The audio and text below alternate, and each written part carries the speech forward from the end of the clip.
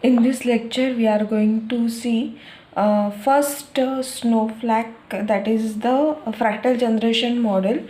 First is the snowflake. Okay, so what is this snowflake model for the fractal generation? That is, the snowflake is generated from the Koch curve, and it was described by the H.V. Koch in 1904. That's why it's named as a Koch curve. Okay, so what is the procedure to generate this snowflake? So first, the Koch curve begins with the straight line. Then it divides the line into three segments. First, it begins with the straight line. It divides the line into the three segments like this. So these three segments, this is the first segment, this is the second segment, and this is the third segment. Then the middle segment is replaced by two sides of an equilateral triangle with the apex pointing outside. What is the meaning of this? The middle segment, this segment, is replaced by the two sides of an equilateral triangle. Means these are the two sides of equilateral triangle with the apex pointing outside. Okay, so ये जो बीच वाला segment है, that will be replaced by the two sides of the triangle. Okay, with the apex pointing outside. So now we have four segments. So अभी हमारे पास कितने segments है? 1 2 3 4, 4 segments. Clear?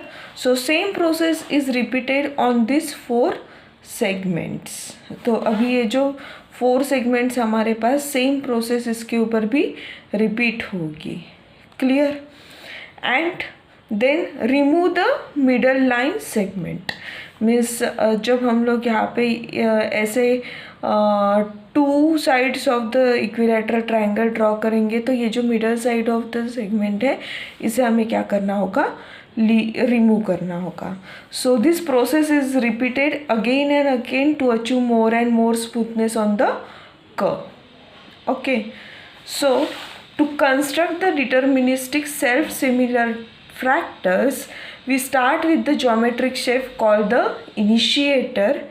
A subpart of the initiator is repeatedly replaced by the generator pattern.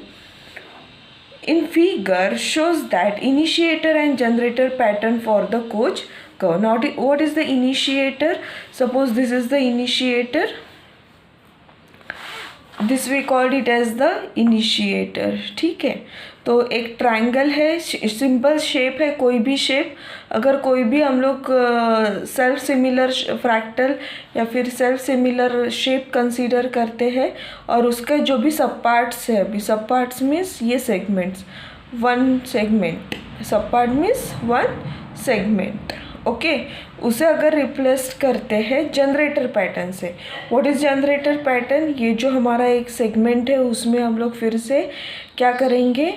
उसे divide करेंगे equilateral triangle में with the two sides, right? So that is what the generator.